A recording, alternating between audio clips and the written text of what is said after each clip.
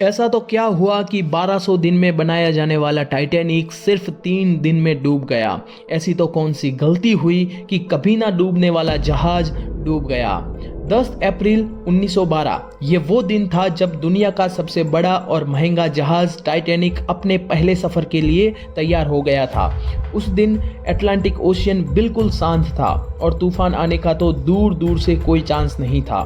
जहाज में 1500 से ज़्यादा लोग सवार हो गए थे और लाखों लोग टाइटैनिक की पहली सफ़र देखने लिए मौजूद थे। जहाज में सवार हुए 1500 लोग और टाइटैनिक देखने वाले लाखों लोगों को इस बात की भनक भी नहीं थी कि ये जहाज जब बनाया गया तब की गई गलतियों की वजह से सिर्फ 3 घंटों में डूबने वाला है। तो देखते हैं कि ऐसी कौन सी गलतियां की गई हैं। दोस्तों, आज मैं आपको बताने वाला हूं कि अपने समय का सबसे महंगा और सबसे लग्जरियस और सबसे ताकतवर जहाज टाइटैनिक की 6 ऐसी गलतियां जो ना की होती तो शायद टाइटैनिक हमारे बीच मौजूद होता।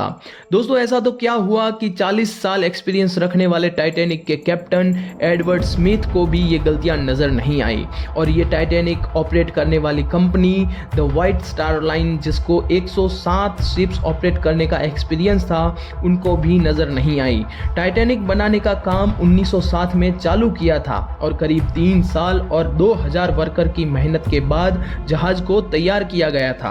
टाइटैनिक ने जब अपना पहला टेस्ट रन पास किया तब पूरी दुनिया में इसकी मार्केटिंग की गई और सभी अखबारों में हेडिंग थी अनसिंकेबल टाइटैनिक, यानी कभी नहीं डूबने वाला जहाज अब बन गया है। टाइटैनिक का पहला सफर इंग्लैंड का शहर साउथहैम्पटन से शुरू करके 10 अप्रैल 1912 को अमेरिका के न्यूयॉर्क शहर में जाने वाला था।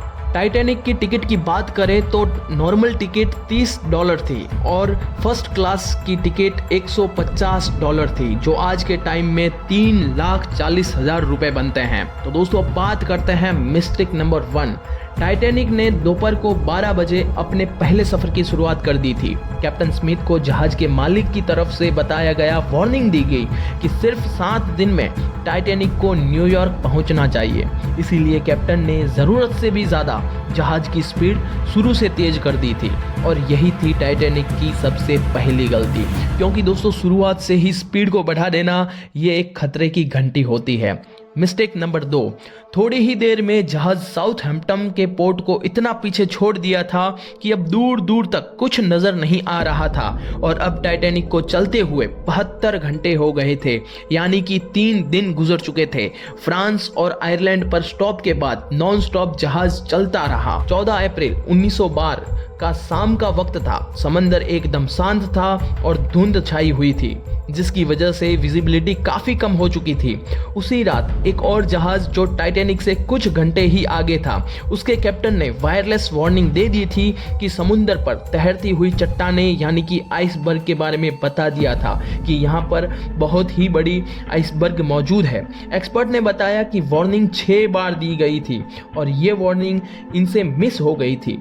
टाइटैनिक वालों को लगा कि ये एक आम बात है, लेकिन यही थी टाइटैनिक की दूसरी बड़ी गलती। अगर इस वार्निंग को सीरियस लिया जाता तो आगे जो होने वाला था वो नहीं होता। मिस्टेक नंबर 3, टाइटैनिक की स्पीड बहुत ज़्यादा थी और बेखौफ अंदाज में जा रहा था और इनसे इंपॉर्टेंट वार्निंग भी मिस हो गई थी, लेकिन बिना परवाह किए आइसबर्ग की रेंज में तेज़ी से बढ़ रहा था टाइटैनिक। लेकिन अभी भी टाइटैनिक को इस बड़े हादसे से बचाया जा सकता था, क्योंकि जहाज के पहरेदार अलर्ट थे।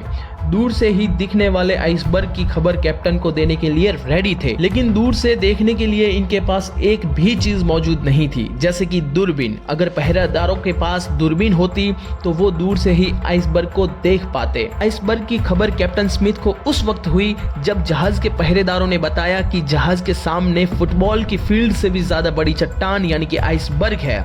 लेकिन अब बहुत देर हो चुकी थी, क्योंकि आइसबर्ग बिल्कुल सामने आ चुका था। मिस्टेक मिस्टेक नंबर 4, आइसबर्ग की खबर मिलते ही कैप्टन स्मिथ ने जहाज का इंजन बंद करने का हुक्म दिया, साथ ही में टाइटैनिक का रुख बदलने का भी ऑर्डर दिया। लेकिन चट्टान इतनी पास आ गई थी कि सब कुछ करना फेल था। टाइटैनिक अब आइसबर्ग के सेंटर में टकरा चुका था। अभी भी टाइटैनिक बच सकता था, लेकिन एक्सपर्ट का बताना है कि टाइटैनिक की बॉडी पर जो रिवेट्स लगे हुए थे वो स्टील के नहीं बल्कि कास्ट आयरन की थी।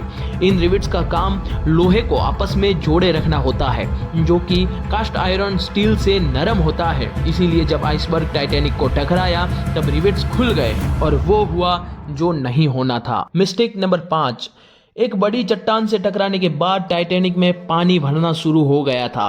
टाइटैनिक को ऐसे डिजाइन किया गया था कि अगर जहाज के 3 मंजिल तक पानी भर जाए तो कोई दिक्कत नहीं थी। हुआ ऐसा कि पानी 4थे मंजिल पर आ गया था। जहाज धीरे धीरे डूबता जा रहा था और अब बारी थी लोगों को लाइफ बोट्स के जरिए जहाज से बाहर निकालना।